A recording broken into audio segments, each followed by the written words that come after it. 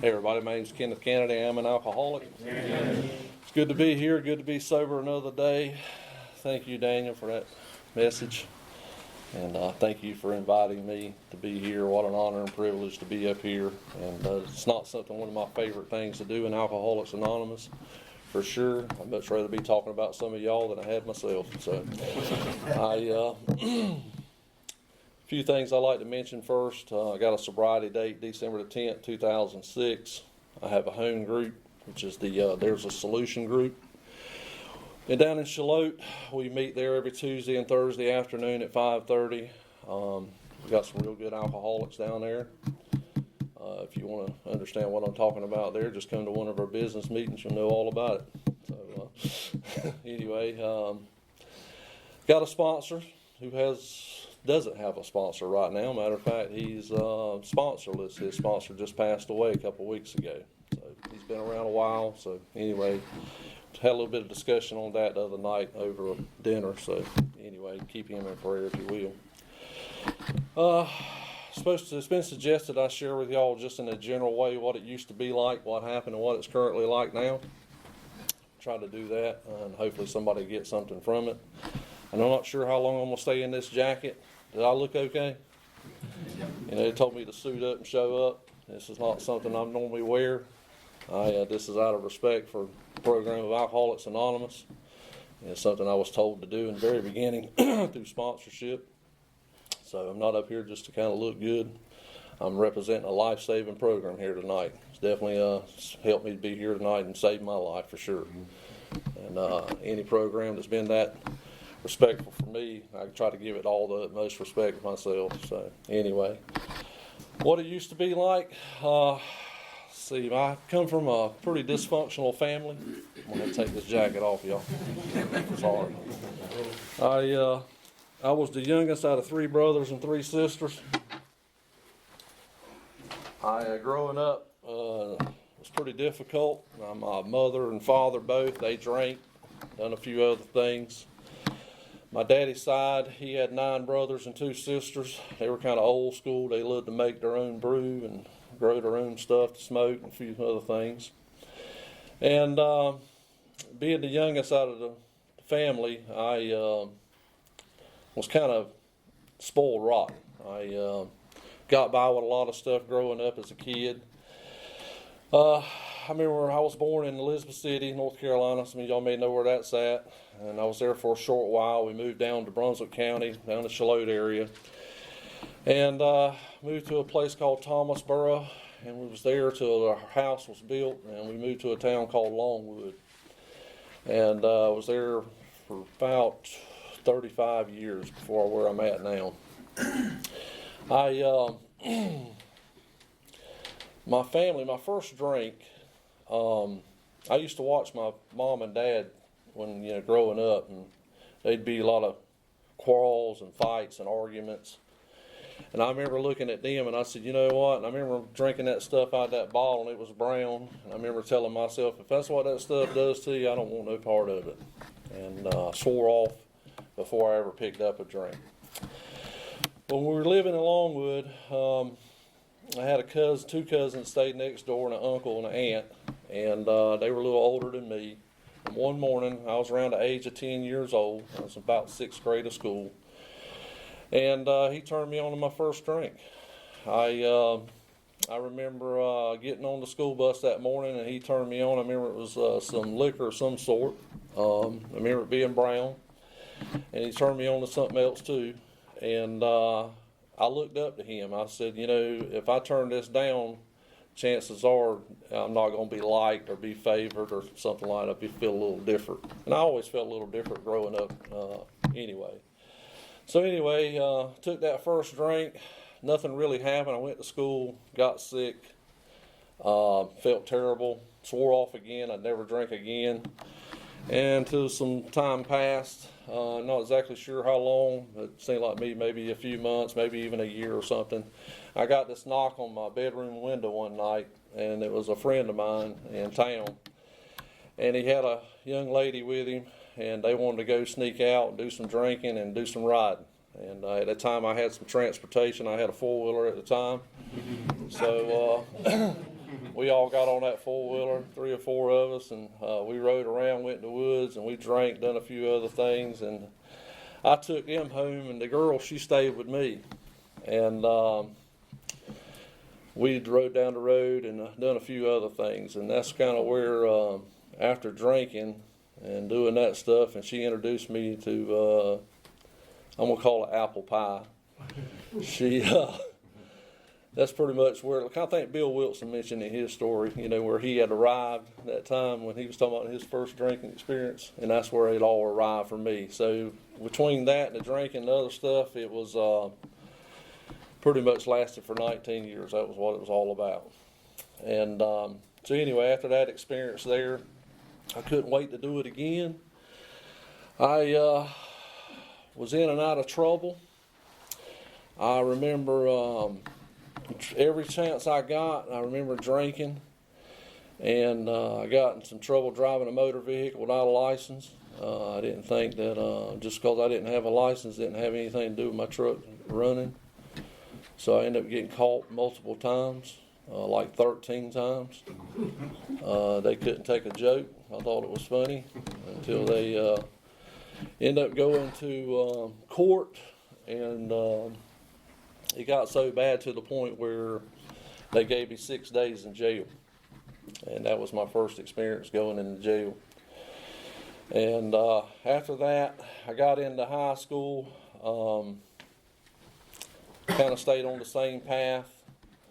First day in high school, I figured I'd go in business for myself. I figured that I would sell a little bit of product and make money off of that and be able to drink off of the money that I made off the profits.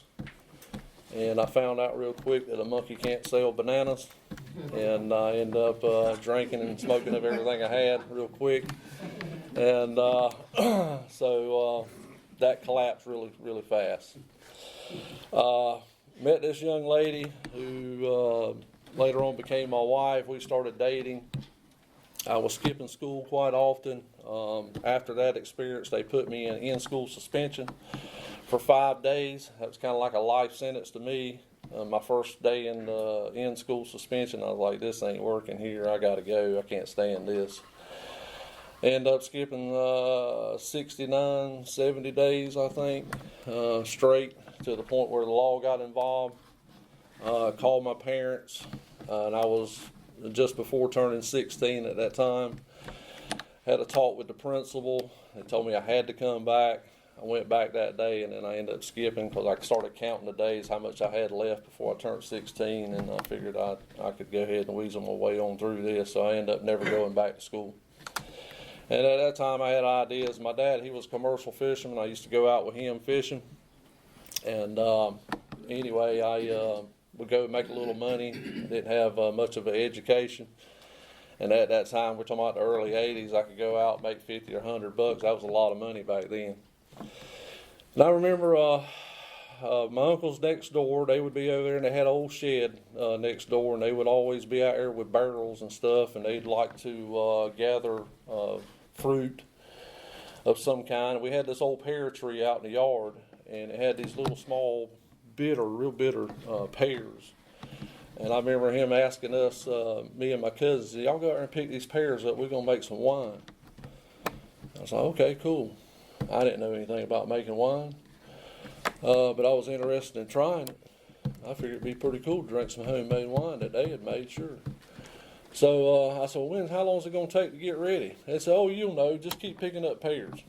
So we kept picking up pears, and after we got over how many bushels it took, and we started mashing them up, putting them in the barrels and stuff like that. And I kept asking, when is it going to be ready? When is it going to be ready? So, oh, you'll know. And I was still in school at that time. I remember getting off the school bus, and I was still in elementary because my bus was different from my cousin's. He was in high school. I remember getting home, and I remember seeing my uncle out there in the yard, and I thought he was dead. And I went over to him, and I could smell the alcohol. And then it dawned on me. I said, oh, yeah, the wine's ready. So that's how I knew the wine was ready. And just about that time, my cousin was getting off the bus, and he come running over, checking on his father, and realized he was just drunk, he weren't dead. and he said, go home and try to get some jugs or whatever you could find to get some wine. Let's steal some before they come too, because both my other uncles was drunk out in the shed. And matter of fact, one of them had a hose down in the barrel and was letting him. When I found it, it was running out of his mouth. He was over there on the side, and the line was still siphoning wine. And anyway, I go home and pour out Mom and Daddy's milk, Pepsi, Clorox, whatever I could find a jug, and I go home and steal some wine. And we got that, and it was pretty cool. I still remember today what it tastes like. Not that I go around drinking Dawn dishwashing liquid, that's exactly what it tastes like. And I realized, I was like, why does it taste like Dawn dishwashing liquid? And to come to find out, they were drunk when they were making it, didn't get the barrel clean. And it would do a number on you, it'd clean you out. So that was my experience with the wine. So anyway, things kept progressively getting worse for me. I started getting in and out of trouble a lot. I just thought, I guess I was invisible, whatever. I not only did I become an alcoholic during my career in drinking, I became a magician. I started making things disappear, mine and yours. And that became a problem. And got out of school, started working with my dad. That girl I'd met in high school, we started seeing each other again, off and on. And I was about 18, 19 years old at this time. And I knew I had got into something that was a little bit more powerful than alcohol. And I had a talk with her one night, and I told her, I said, I think I got a problem. And so I shared my problem with her, and because I was trying to find a solution of some kind to manage that. And she says, well, I got an idea. And I said, okay, what is it? She said, I think if we get married, that's exactly what you need. That'll help. I don't suggest that, y'all. You can use that out of my experience. Hopefully you'll get something out of this talk, and probably hopefully what not to do. That's probably one of them. So I don't suggest that. It didn't work out too good for me. Well, we ended up getting married. And didn't take long. I was still drinking. Now, I had an idea that beer wasn't really alcohol. I was just a beer drinker. Everybody else I hung out with, they drunk liquor, you know. And I done everybody else's inventory more so than my own. I'm not sure if anybody can relate to that, but that's how I was. And I compared rather than identify. And I compared myself to them. I said, there's no way I could possibly be an alcoholic. So at this time, we had another talk. I said, listen, this ain't working. Still drinking, still going back doing a few other things I ain't supposed to be doing. And she says, well, I got us another solution. I know this here will work. I said, okay, what is that? She said, I think we have a baby. There's another one. I don't suggest that one either. So we had a daughter, and just one daughter. And I remember when she was born, I went to the hospital and held her, and when she was born.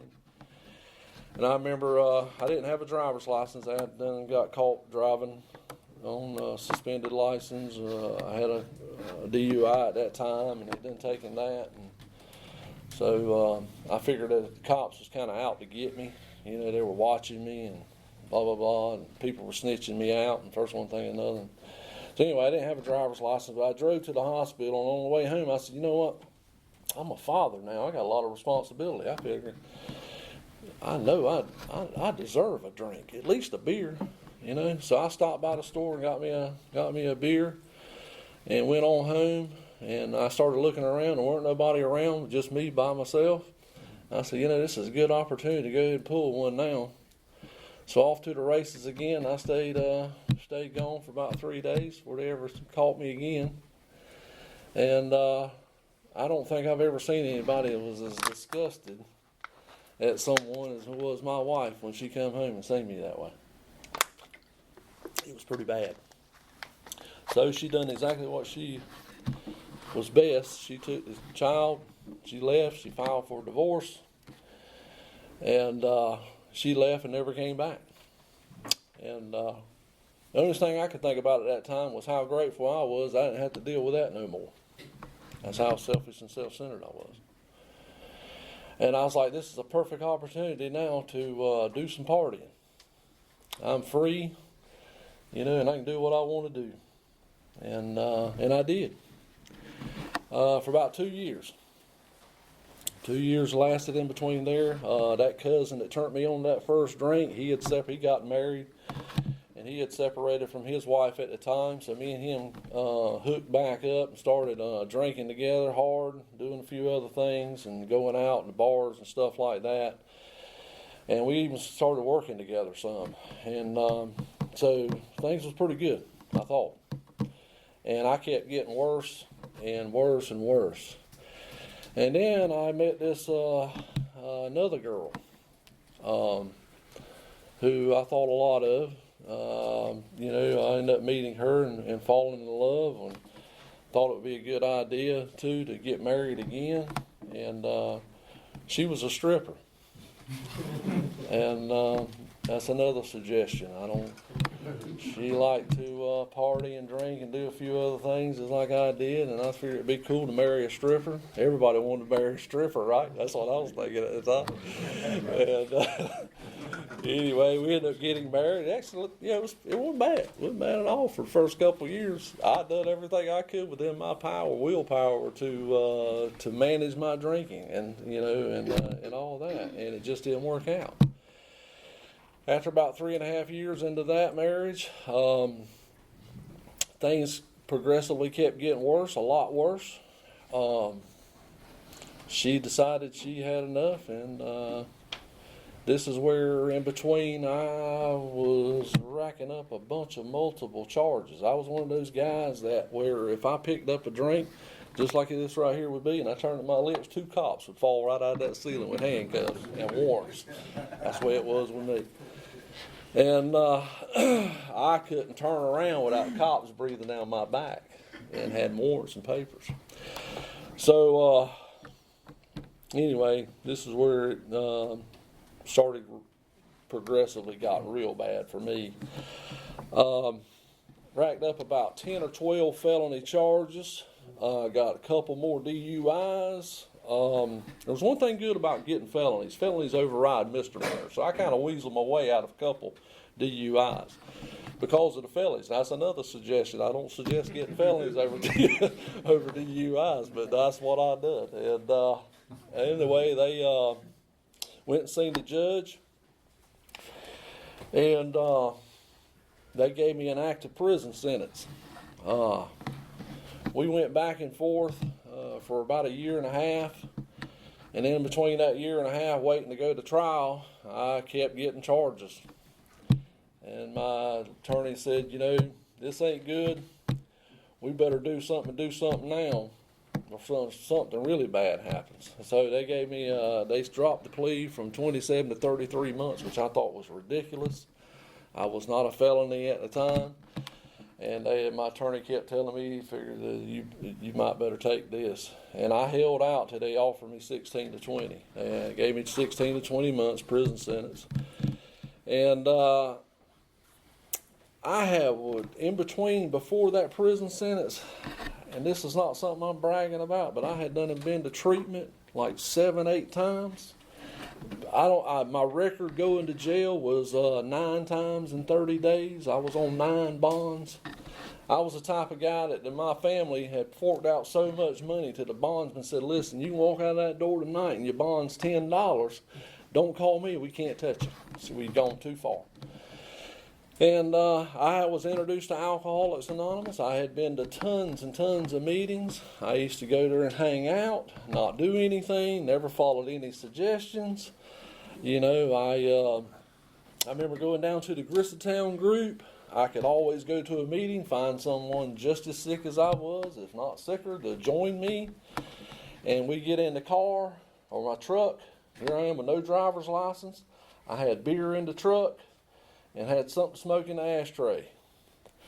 And he would join me, and we'd go down the road. Wouldn't even get a half mile down the road, and we were popping the top and everything else, and talk about how good the meeting was and how much we got out of it. And off to the races we go.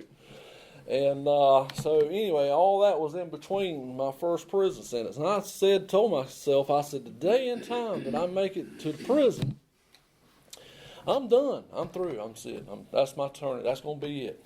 And I swore off again.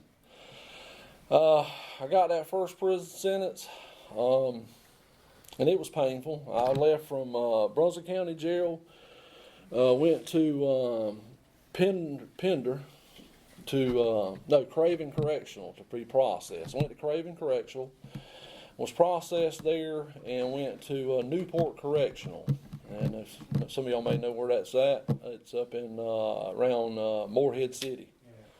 And I was there, and I remember there, done about 14 and a half months there, and I remember saying, I'm not going to drink anymore after this. I'm not going to drink anymore after this. I'm done. And while I was incarcerated, I remember picking up stuff out of the ditch. I knew what a beer can looked like. And I remember picking up stuff. I was on a litter crew and picking cans up out of the ditch the top wasn't open yet. There was no labels on it. The can had faded its writing and paint that was on the can. It was just a metal aluminum can, but I knew it was a beer can. And we drank and thinking things was going to be different. And they were a lot worse. A lot worse. I done that off and on during my whole bid for 14 and a half months. I got out February the 22nd, 2005. When I got out,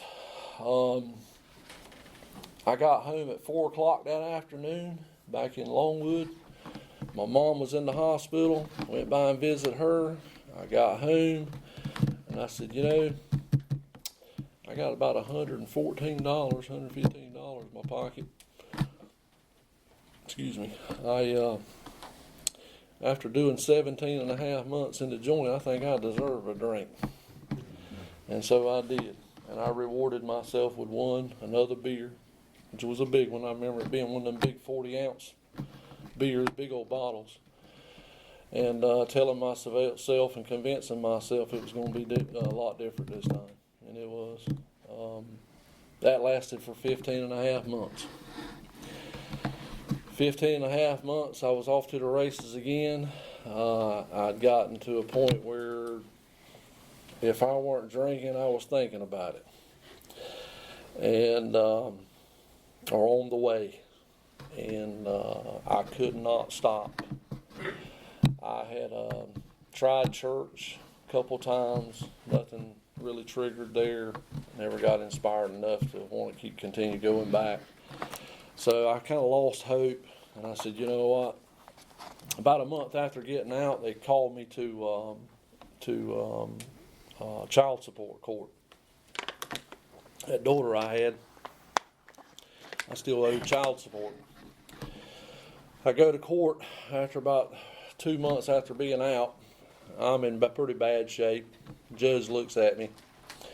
My wife talks me into giving up my rights, and I thought it was a good idea because I owed $3,000 back child support.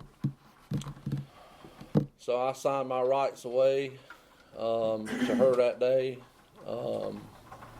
thinking it was a good idea that I could use that $3,000 somewhere else. And we signed the papers. I never seen her again. And really didn't at that time. I was so full of selfishness and self-centered, didn't really care. It didn't really much matter. But I knew I needed another drink when I left from out of there to overcome the pain that I was experiencing at that time. 15 and a half months later, I racked up somewhere in the neighborhood of 42 more felonies. So things just kind of got serious now.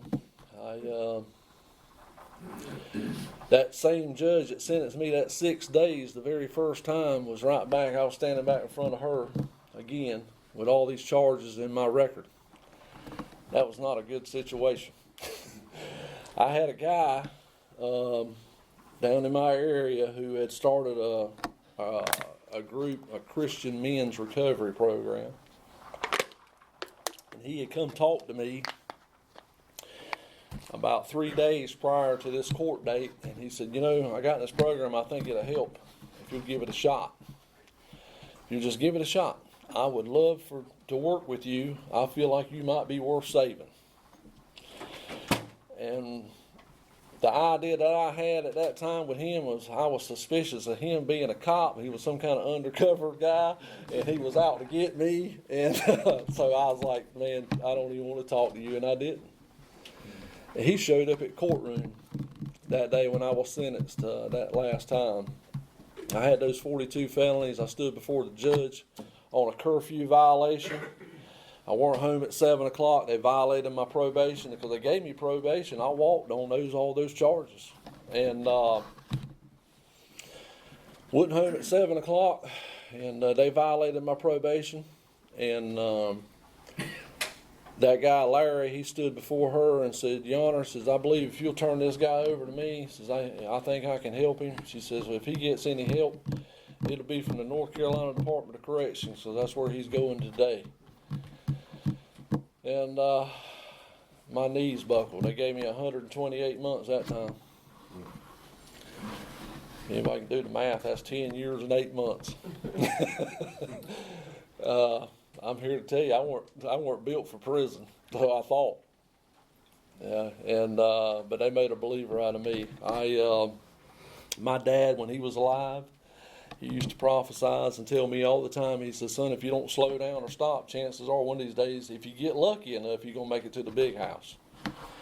And I left from Brunswick County Jail with 9 other men. We dropped those 9 other guys off at Pender Correctional. They got off, and I stayed on the van, and I remember my stomach churning, and I remember I had this sick feeling that we were going to go probably to Raleigh. So I asked the transfer officer, I said, where are we going? He said, we got to ride a little further. He said, we going on up to Raleigh.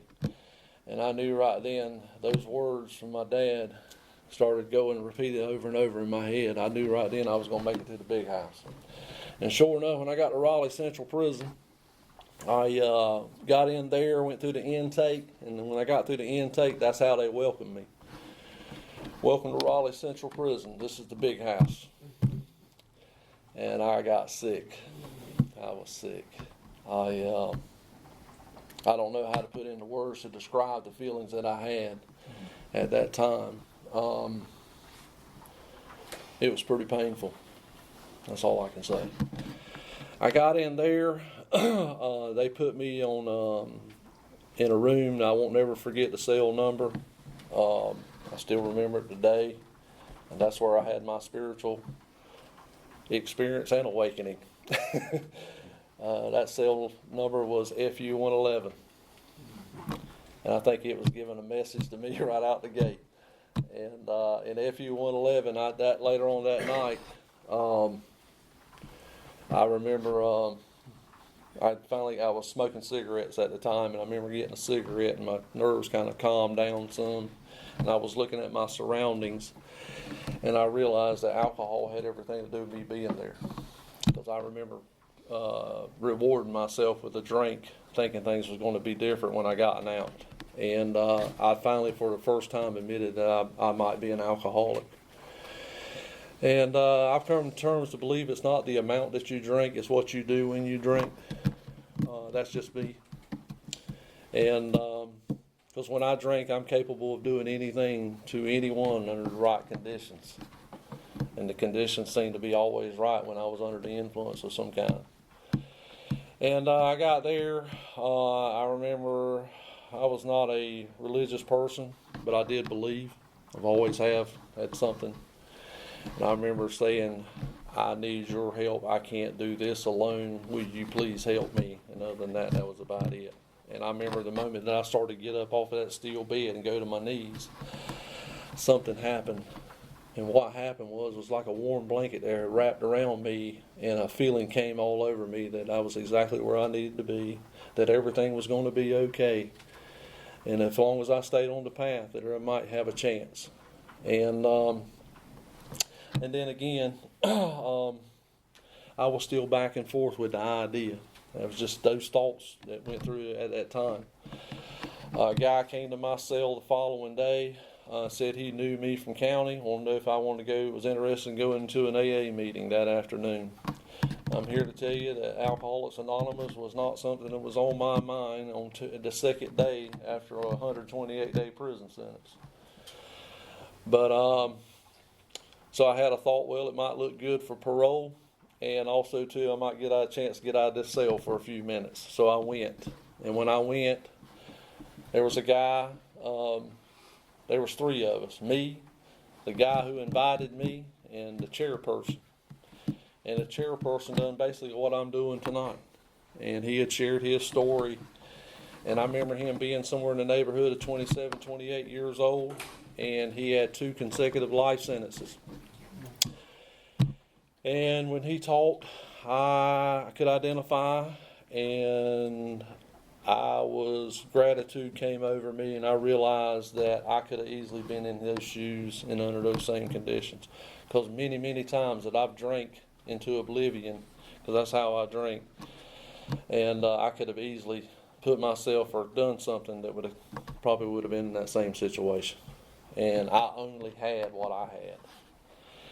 And so it kind of taken off from there. I was introduced to AA at that time. I got transferred. I was at Raleigh for a short while, 45 days. I went to Wayne Correctional. I figured it'd be wise if I go back to treatment. They offered a DART program. There was a speaker there.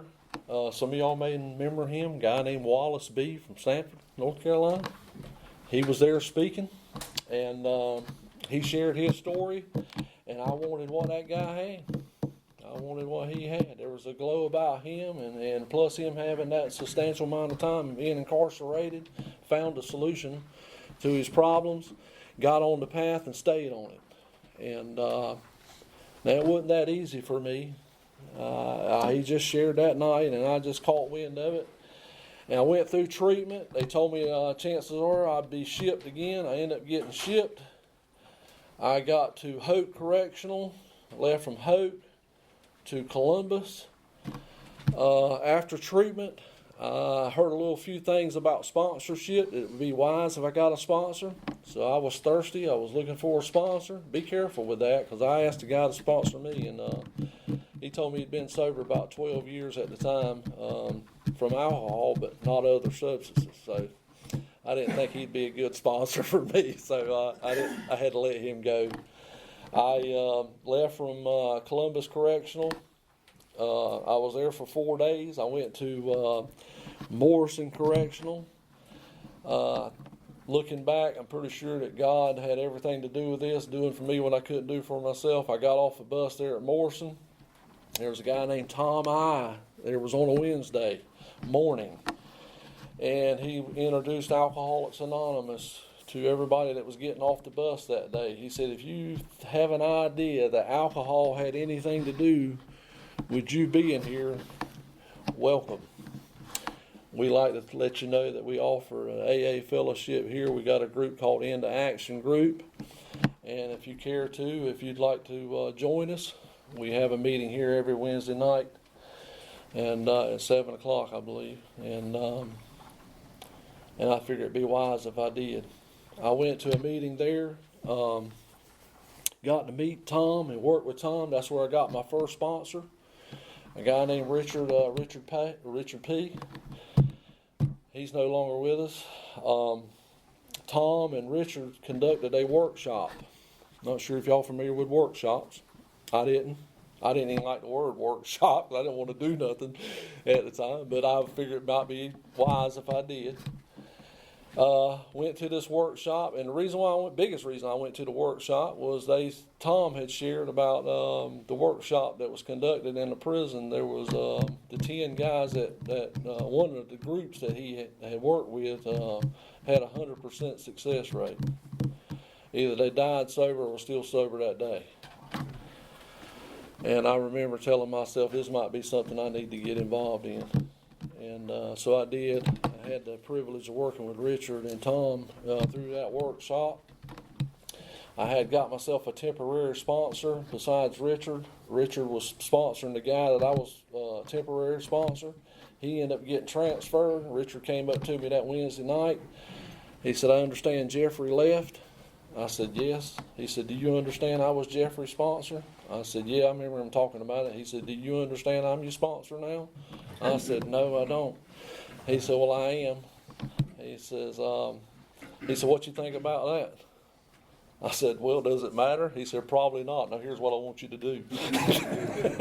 And that's where our relationship started. And went through the steps with Richard, got on the path. I was introduced to a God of my understanding in an entirely different way, working through the steps. I remember us having an experience doing the third step in a closed room at Morrison, getting on our hands and knees, and doing the third step together. After I went through the steps, he suggested, he says,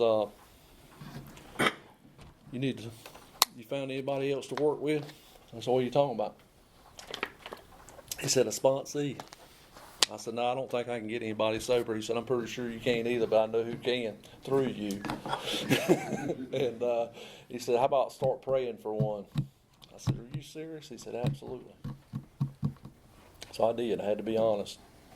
Started praying for one. How ironic. About a day or two later, I had this guy come up to me and wanted me to sponsor him. I don't know how many of y'all know about prisons, but where I was at Morrison, it was they had a Hispanic group there, and it was white, black, Hispanic. So it didn't look too good when two different races were hanging out, holding hands, and had a big book at a picnic table doing this kind of work. And I was scared. But I was willing to go to any lengths, because that was something Richard had asked me in the very beginning. He said, I will sponsor you under two conditions. I said, okay, what is that? He said, are you willing and ready to go to any lengths? I said, yes. He said, good, because I'm going to hold you to it. And he did.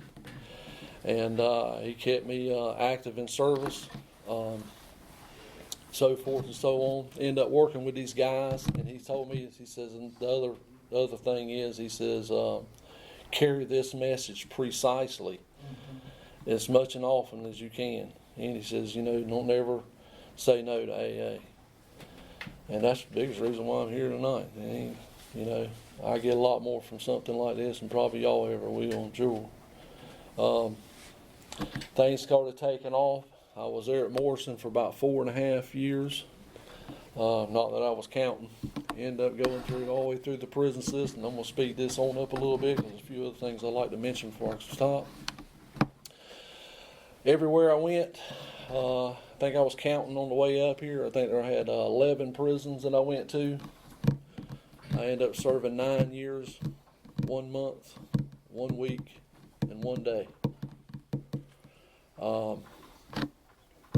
Daniel became my sponsor. Started working with him. Wrote letters on traditions. We had phone calls. I kept a close contact with my sponsor, as well as other contacts that I had in the fellowship. We figured it'd be wise I get a sponsor wherever I was getting ready to get released at. I got released in Wilmington.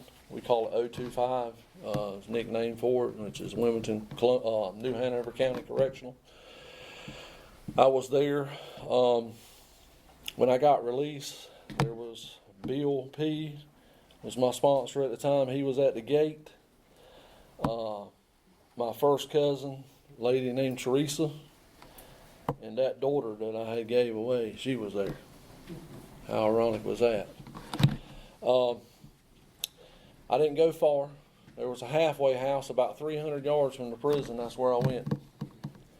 And Bill, I remember him handing me a phone number. It was one phone number.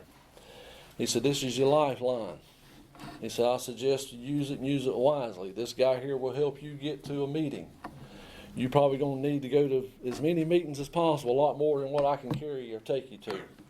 He said, when you get there, you get more phone numbers and make more contacts and use them. And so I did.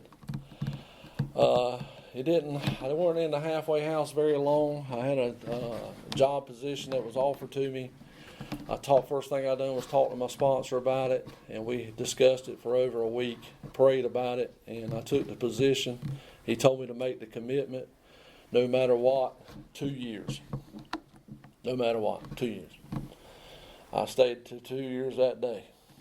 And I left, and I was ready to come home. And I came home. I had a place. When I walked out that gate, I had $123 to my name. I think I got 124, 125 now. Ain't much more than that. But made a little bit of progress with that. When I come home, that judge that sentenced me that last time in prison and the first, they heard I was out. When I got released, I already had a home group set up. I had my sponsor. I had sponsees.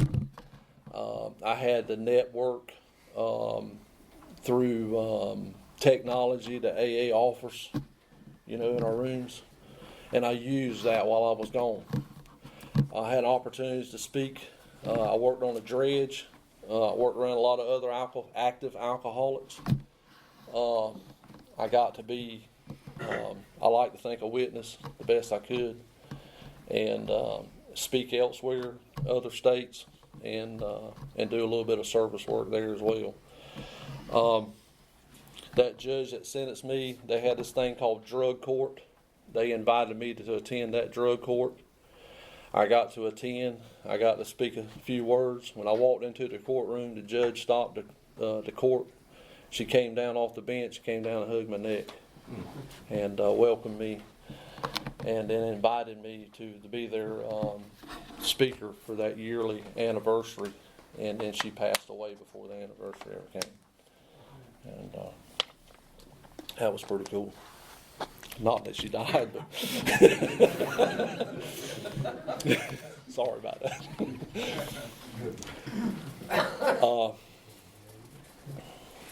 That daughter, a couple years ago, she gives me a call, and she says, "Daddy, I want you to be my daddy again." I said, "What are you talking about?"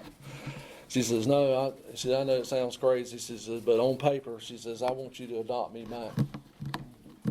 I said, "How's that possible?" She said, "Well, I've already figured out. I've already talked to some people.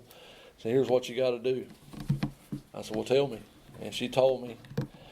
I said, "All right, sounds good." And I remember hanging up the phone. I'm like, "Holy cow. What in the world? How's this ever possible?" So I ended up going to a courtroom and standing in court. And the judge gave me my parental rights back to her. And it's on paper, and that was done. And I'm thinking, only through the fellowship of Alcoholics Anonymous you hear these kind of miracles and get to see these kind of things that happen. Whoever thought that would ever be possible? Bill, he was a big prison guy, done a lot of prison service. That's where I met him, as well as Daniel, a lot of my AA heroes. I think Daniel mentioned about heroes. I got a lot of those in here. A lot of them used to attend this very meeting, I do believe, and was members of these groups until they went on. I lost my train of thought. Where was I going with that? I'm sure I lost my train of thought there for a minute. But anyway, the prison. I remember Bill handed me an application. He said, "Here, fill this out." And I'm here to tell y'all, the last thing on my mind was going back to a prison. I'm here to tell you. And so I'm like, holy cow, really? And so I fill out this application. And I've got to be honest, I was thinking they ain't never going to let me back in. There's no way they're going to let me back in. After I was off paper for about a year, after I'd gotten out, he said, "It's time. We're going to get you back in." I'm thinking, God, I hope not. I'm willing to go to any lengths. I ain't sure I want to go to those lengths. So I ended up filling out this application, and he turned it in for me. And I remember about a week or so later, he comes back and said, "Man, they turned you down." I'm like, thank God. And he said, "We're going to try again, though. I know some people." I'm like, gosh knows. So we, a few weeks later, we tried again. It didn't happen. And I'm sitting there thinking, when I was filling out the application, I'm thinking, who in the world in their right mind would be filling out an application like this to want to try to fight and to get back in an institution where I just come from, that I fought so hard to get out of? Now here I am fighting, trying to get back in. Now this don't make a whole lot of sense to me. And so I end up, this guy in Wilmington, Mark D from Wilmington, he's like, hey, when's the last time you filled out an application? I was like, oh, it's been a little while. I said, yeah, they turned me down twice. And he said, well, let's try again. You didn't try here. So I tried at Wilmington, New Hanover County Correctional, filled out an application there, and lo and behold, they accepted me and told me to come. And it was pretty cool. Gratitude of being able to have a privilege of walking in a prison institution free of charge, and they let me back out free of charge. And the cool thing about it was to see the guys that I was in with and be part of that group at that time, all the way up to when the pandemic hit, and then things changed and so forth and so on. I guess I'm about out of time. Life's pretty good today. Life does show up for me. I've had, I had some difficulties too. I remember holding hands with my mother 5 months after getting out, watching her pass away in hospice. And but I was grateful to be there and be part of that. And so today, the message that I try to carry today is I try to stay green. What I mean by that is open-minded. As long as I hope and pray that as long as this mind don't tell me I got this or I don't need this anymore, that I can do this alone, I will rot. If I rot, I will die. And hope somebody got something out of it. Thanks again, Daniel, for inviting me, and appreciate y'all. Thanks.